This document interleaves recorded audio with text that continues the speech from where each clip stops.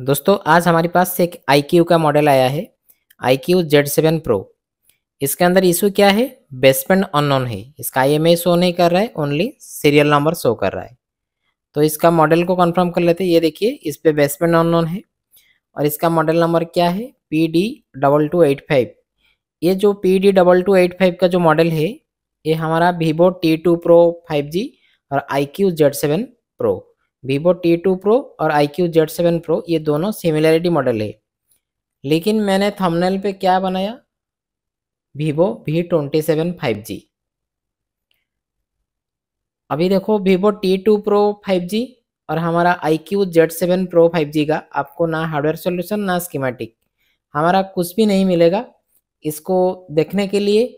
और इसका जो लाइन वगैरह या फिर इसको ट्रेसिंग करने के लिए हमारे पास कोई भी स्कीमेटिक वगैरह नहीं मिलेगा। अभी मैंने आपकी हेल्प, मतलब जितने भी बंदे ये वीडियो को देख रही है उनको भी एक नॉलेज आए, जब इस तरह से कुछ भी नहीं मिलता है तभी भी हम रिपेयर कर सकते हैं। तो हम ढूंढते हैं कुछ सिमिलरिटी मॉडल को।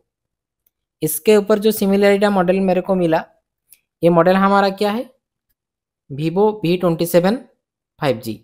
Vivo V27 5G में हमारा भाई सेम टू सेम आईसी वगैरह आपको मिल जाएगा। थोड़ा बहुत चेंजेस होगा लेकिन ज़्यादा चेंजेस नहीं।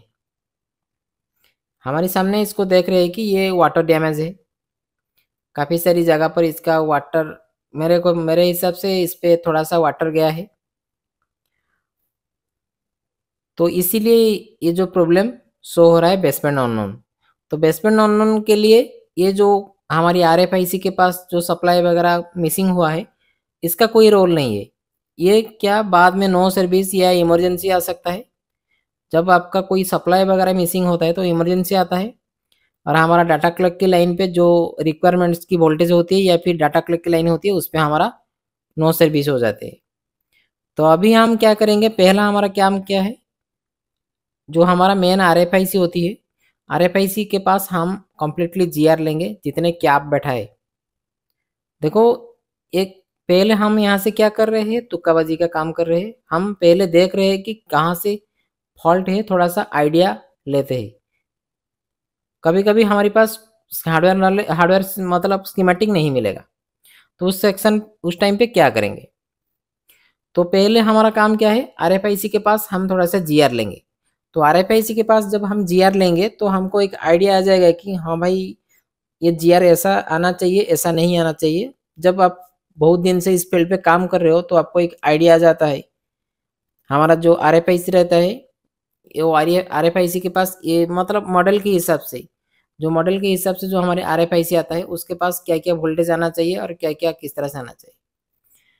अभी हमने देखा कि जो कैपेसिटर पे हम चेक कर रहे हैं, जो हमारा 174, 208 या फिर 179 इस तरह से जो GR आ रहा है वो हमारा 1.8 वोल्ट की लाइन होगा, ये तो हमको पता ही है।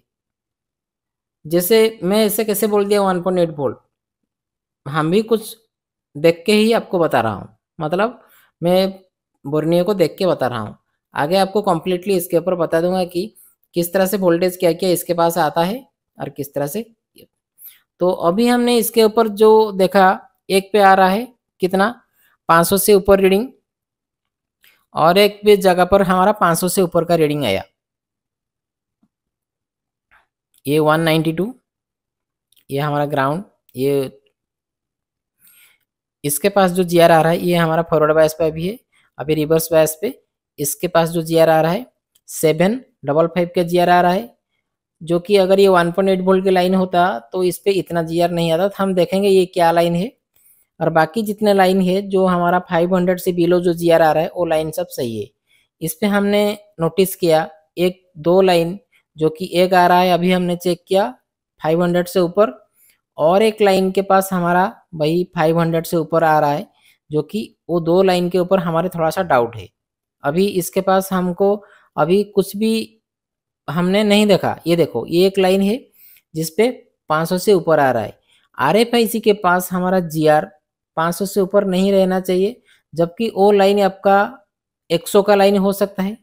100 का लाइन अगर होता तो 500 से ऊपर आएगा, अगर 100 का लाइन नहीं होता है तो यहाँ से 500 से ऊपर आपका GR नहीं रहेगा। ये 1.8 वोल्ट की लाइन है, ये हमेशा 500 बिलो का जीआर देगा।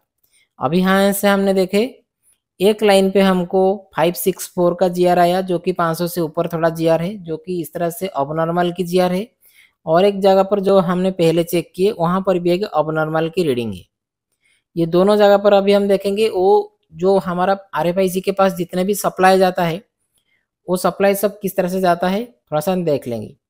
ये देखिए वो जो कैपेसिटर के पास पहला हमारा 774 का जीआर आ रहा था, 770 की जीआर आ रहा था, उस पर कोई वोल्टेज वगैरह का यहाँ से काम नहीं हुआ है। वो बाद में देखेंगे, हमारे पास तो ऐसे स्कीमेटिक वगैरह नहीं मिलेगा। वो लाइन पे हमारा वोल्टेज नहीं जा रहा है तो उसके ऊपर अभी कुछ काम नहीं है। हमारा वोल्टेज कहाँ जा रहा है, जो और एक यहाँ से देखिए VRF 1.8 वोल्ट की PMU जहाँ पर लिखा है वहाँ पे हमारा 564 का जीआर आ रहा था। बाकी सब पे हमने देखे कि 180, 208 इस तरह से जीआर आ रहा है। अभी हमने जो देखा दो जगह पर हमको डाउट था, जो कि एक जगह हमारा क्लियर हो गया हार्डवेयर सेक्शन पे, उसका कोई रोल नहीं दिया। उसको अगर हमारे पास स्कीमेटिक होता तो हम इसको देख सकते हैं, लेकिन स्कीमेटिक तो अभी नहीं है। हम सिर्फ हार्डवेयर सेक्शन को देख के थोड़ा सा काम कर सकते हैं। थोड़ा सा तो ये हेल्प करेगा। ये भी वही सेम मॉडल नहीं है, Vivo V27 5G है, जो कि हम काम कर रही है कहाँ पर, हमारा iQOO Z7 Pro, जो कि इसका सिमिलैरिटी है किसके साथ, Vivo T2 Pro 5G के साथ। ये जो दो मॉडल है सेम है, लेकिन ये Vivo V27 5G को लेने का मैं सोचा क्योंकि इसके ऊपर आपको भी कम्प्लीटली ज्ञान मिल जाएगा। जो बोर्ड में चेक कर रहा हूँ वही सेम टू सेम बोर्ड है, थोड़ा बहुत इधर उधर चेंजेस हुआ है। जो टेक्नीशियन काम करता है, अगर पता है लाइन किस तरह से जाता है, किस तरह से काम होता है, वो आराम से काम कर सकता है। तो हमने देखा कि यहाँ से एक लाइन पे 500 से ऊपर जीआर आ रहा है। तो 500 से ऊपर जीआर यहाँ से क्यों आया, पहला ओ टॉपिक है। और सेकंड जो 774 का जीआर है, 770 का जीआर आ रहा था, वो लाइन को यहाँ से मेंशन नहीं किया गया है, वो लाइन को स्किप करते हैं। अभी हम देखेंगे जिस पर हमारा VRF है 1.8 VRF है, आयो का वोल्टेज 1.8 वोल्ट PMU जो आ रहा है, ये तो RF की सप्लाई है। वो तो जीआर आना चाहिए कितना, 1.8 वोल्ट की लाइन है तो 100% आपका 500 बिलो जीआर आएगा। अगर 1.8 वोल्ट की लाइन ना होकर कोई 100 का लाइन दूसरा लाइन होता तो यहाँ से ज़्यादा जीआर आता। तो हमने यहाँ से देखा है कि 1.8 वोल्ट की एक लाइन यहाँ से थोड़ा सा हमको ऑबनॉर्मल मिला, जो कि यहाँ से हमारा पावर आईसी से जो कैपेसिटर यहाँ से शो हो रहा है, वो कैपेसिटर से लेके वो हमारा 5G PA 4G PA जो हमारा हाई बैंड की आईसी होती है उसके पास भी जाता है, और हमारा मेन RFIC के पास भी जाता है। तो हमारा ट्रांस रिसीवर के पास भी जाता है, यहाँ से हमारा 5G PA के पास जाता है, 4G PA के पास जाता है, यानी कि ये मल्टीपल PA के पास भी जाता है, और हमारा यहाँ से RFIC के पास भी जाता है। तो ये जो वोल्टेज है ये RF का एक IO का वोल्टेज है, जो कि मल्टीपल डिस्ट्रीब्यूटर है। इसीलिए ये वोल्टेज हमारा हमको जानना पड़ेगा कि ये तो एक तो वाटर डैमेज है, तो वाटर डैमेज जो केस है हम देखेंगे कि मदरबोर्ड के ऊपर कितना जगह पर वाटर डैमेज है और किस तरह से ये लाइन ब्रेक है या फिर क्या है, एक बार इसको देखना पड़ेगा। एक्चुअली इस पे जो प्रॉब्लम है ये प्रॉब्लम कहाँ से है अभी तक पता नहीं है। हम एक तुक्काबाजी के हिसाब से अभी देखे, एक लाइन पे हमको डाउट गया कि 500 से ऊपर जीआर चला गया था इसके ऊपर, इसीलिए मैंने फोकस किया। देखो वो लाइन को अभी हम ट्रेसिंग करेंगे। तो वो लाइन को ट्रेसिंग करने के लिए हमको आईसी को उठाना ज़रूरी था, तो इसीलिए हमने आईसी को ओपन कर दिया। अभी वो कैपेसिटर के पास चेक करेंगे जो VRF की आईओ की सप्लाई, यहाँ से देखिए यहाँ से वो लाइन पूरा ब्रेक है, कोई भी रीडिंग वगैरह नहीं मिल रहा है। तो वाटर डैमेज की कारण से ये लाइन हमारा ब्रेक हो गया है, जिस पे ये VRF की आईओ की सप्लाई है। अगर ये मिसिंग हो जाएगा तो हमारी फ़ोन के अंदर बेसबैंड ऑन हो जाएंगे। तो ये लाइन जो RFIC को नहीं मिल रहा है, ये लाइन कहाँ से आता है और किस तरह से आता है। पावर आईसी से तो आता है, हमने देख लिया। पावर आईसी के पास एक कैपेसिटर रहता है, ऊपर पे VRF की आईओ की सप्लाई आउटपुट होती है। तो यहाँ से एक बार रीडिंग देखते हैं सही है कि नहीं। यहाँ से देखिए 334 का रीडिंग आ रहा है, 334 का रीडिंग आ रहा है। ऐसा नहीं कि ये रीडिंग थोड़ा सा कम आना चाहिए, हाई आ रहा है। तो कुछ स्लैब इसके साथ कनेक्टिविटी नहीं है। जब ज़्यादा स्लैब, मल्टीपल स्लैब कनेक्टिविटी हो जाते हैं तो उसके बाद वो सप्लाई डिवाइडेड हो जाता है, मतलब उसका जीआर डिवाइड हो जाता है। अभी हम कंप्लीटली चेक करेंगे।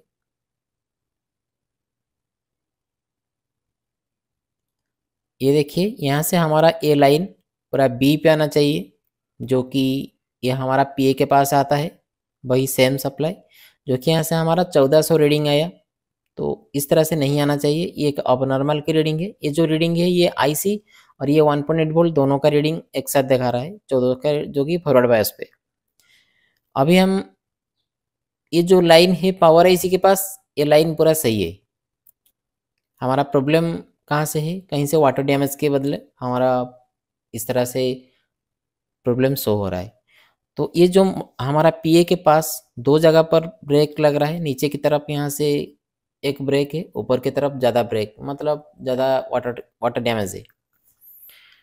तो अभी हम थोड़ा सा इस वीडियो के जरिए मैं आपको बताऊंगा कि वीवो T2 Pro 5G या फिर हमारा iQOO Z7 Pro किस तरह से इसको, मैं जो वीडियो इस पे बना रहा हूँ आप इस पे बहुत सारा नॉलेज ले सकते हैं, क्योंकि आपको ट्रैक वगैरह मैं जिस तरह से फाउंड करके आपको बताया उस तरह से आपको अभी नहीं मिलेगा।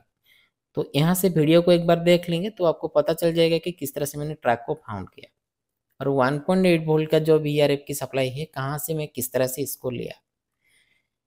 यहाँ से इसके इसी एरिया पे, जो एरिया पे मैं फोकस कर रहा हूँ, जो हमारा पावर एम्पलीफायर आईसी है, पावर एम्पलीफायर आईसी के पास 77048 का जो आईसी है उसके पास ही हमारा ज़्यादा वाटर गया है, इसीलिए यहाँ से हमारा कुछ लाइन ब्रेक है। और यहाँ से भी एक लाइन ब्रेक है, जो लाइन को अभी हम देखेंगे वो लाइन क्या है, शायद ये वी वेट की लाइन होगा, और ऊपर हमारा 1.8 वोल्ट की लाइन है। तो ये सब लाइन को यहाँ से हम जंपर बनाएंगे। तो जंपर बनाने से पहले हम एक बार कंप्लीटली चेक कर लेंगे कहाँ से क्या क्या ट्रैक मिसिंग हुआ है। देखो, ये 1.8 वोल्ट की लाइन अगर RFIC को नहीं मिलेगा तो वो बेसबैंड ऑन रहेगा। अगर वो 1.8 वोल्ट हमारा मल्टीपुल पीए यानी कि पावर एम्पलीफायर जो हमारा 5G और 4G को नहीं मिलेगा तो हमारा इस पर इमरजेंसी कॉल हो जाएंगे। अगर ये 1.8 वोल्ट हमारा अदरवाइज कुछ सेक्शन के पास तो नहीं गया है, सिर्फ हमारा नेटवर्क सेक्शन के पास गया है, तो ये लाइन हमारा मिसिंग भी हो जाएगा। तो सेट तो कम्प्लीटली ऑन रहेगा, लेकिन हमारा डिफरेंट टाइप का प्रॉब्लम जैसे बेसबैंड ऑन और नेटवर्क सेक्शन की समस्या शो करेगा।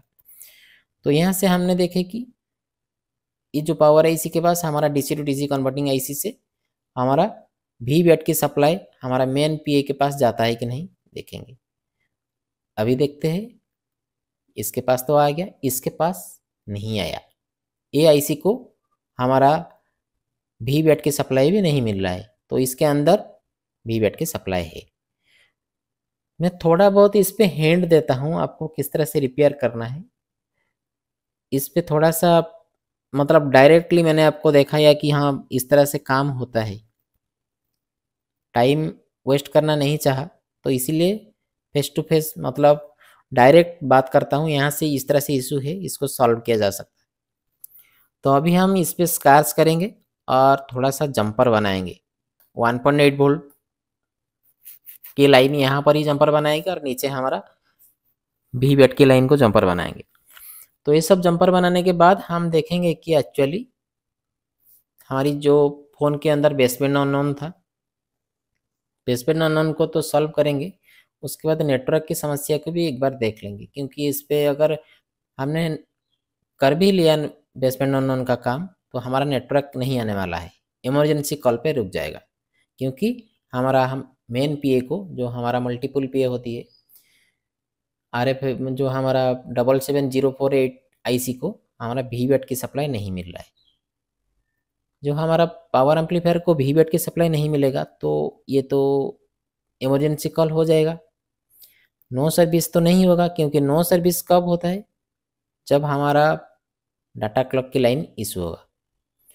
तो अब यहाँ से कम्प्लीटली जंपर बनाते हैं, जो जो जंपर जहाँ से बनना चाहिए एक बार देख लीजिए। मैं स्क्रैच करके आपको यहाँ से दिखाया डायरेक्टली, क्योंकि Vivo V20 सॉरी हमारा iQOO Z7 Pro में अभी तक कोई भी वीडियो आपको नहीं मिलेगा, और इस तरह से मैं जो आपको दिखा रहा हूँ जंपर वगैरह ये भी नहीं मिलेगा। हम भी कुछ सर्वे करते हैं तो इसके बाद ये सब चीज़ मिलता है। तो इसको जंपर करने के बाद एक बार देखते हैं कि इसके ऊपर क्या सीन है, हमारा बेसमेंट वगैरह आ गया या नहीं। चलो कंप्लीटली जंपर बनाते हैं जहाँ से जो जो जंपर होना चाहिए। 1.8 वोल्ट की लाइन मोस्ट इंपॉर्टेंट है। 1.8 वोल्ट की लाइन हमारा 7704E और 77048 सॉरी 77042 और 77048, ये जो दोनों हमारा मल्टीपल पीए लगता है उसके पास भी आएगा। ये हमारा जो जंपर यहाँ से हो रहा है ये हमारा वी बैट की सप्लाई है। वी बैट इसको नहीं मिलेगा तो इमरजेंसी हो जाएगा, 1.8 वोल्ट नहीं मिलेगा तो इमरजेंसी हो जाएगा। अभी ये दोनों सप्लाई हमने देखा यहाँ से मिसिंग है। ए आई सी के पास 1.8 वोल्ट भी मिसिंग है और हमारा वी बैट भी मिसिंग है। तो ये दोनों लाइन को जंपर बनाएंगे और यहाँ से चेक करेंगे। ये जो लाइन देखो यहाँ से मल्टीमीटर को थोड़ा सा शो नहीं कर पाया लास्ट टाइम, तो मैंने सोचा कि यहाँ से जंपर वगैरह बना के रेडी कर दूंगा, तो थोड़ा बहुत इधर उधर होता है। तो यहाँ से जो मैंने आपको बताया वही वही जगह पर ही जंपर होगा, क्योंकि पावर एसी से जो लाइन है उसी जगह पर ही आता है। आप एक अच्छे सेट को खोल के देख सकते हैं। तो यहाँ से जंपर बना के हम RFIC के पास एक जंपर लगाएंगे, क्योंकि RFIC के पास जो जंपर आ रहा है वो कहाँ से आता है अभी मेरे को पता नहीं है, और इतना छिड़खानी करना मेरे को सही नहीं लगा, क्योंकि इसका तो बिट मैप वगैरह कुछ नहीं है। RFIC से जो आ रहा है हमारा VRF की IO की सप्लाई 1.8 वोल्ट, वही सेम लाइन ये दोनों मल्टीपल पीए के पास भी जाता है। लेकिन वो जो सप्लाई है वो सप्लाई का जो ट्रैक है यहाँ से हमको अभी नहीं मिला, तो इसीलिए यहाँ से हम सीधे जंपर करेंगे हमारा RFIC के पास। तो चलिए एक जंपर लगाते हैं और उसके बाद चेक करते हैं।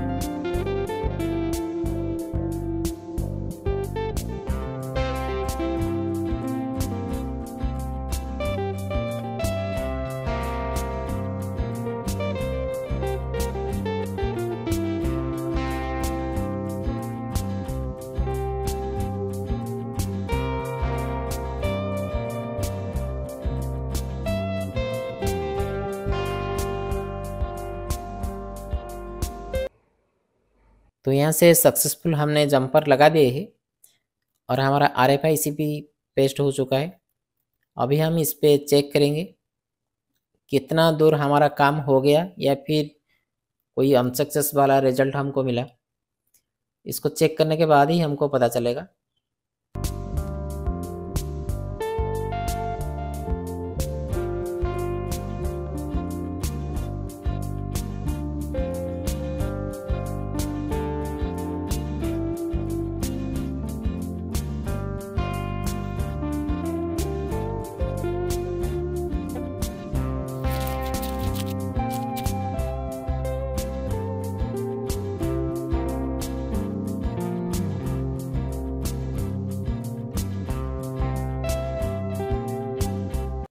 ये देखिए ऊपर नो सिम चलाया, जब नो सिम चलाएगा तो 100% बेसमेंट भी आ जाएगा।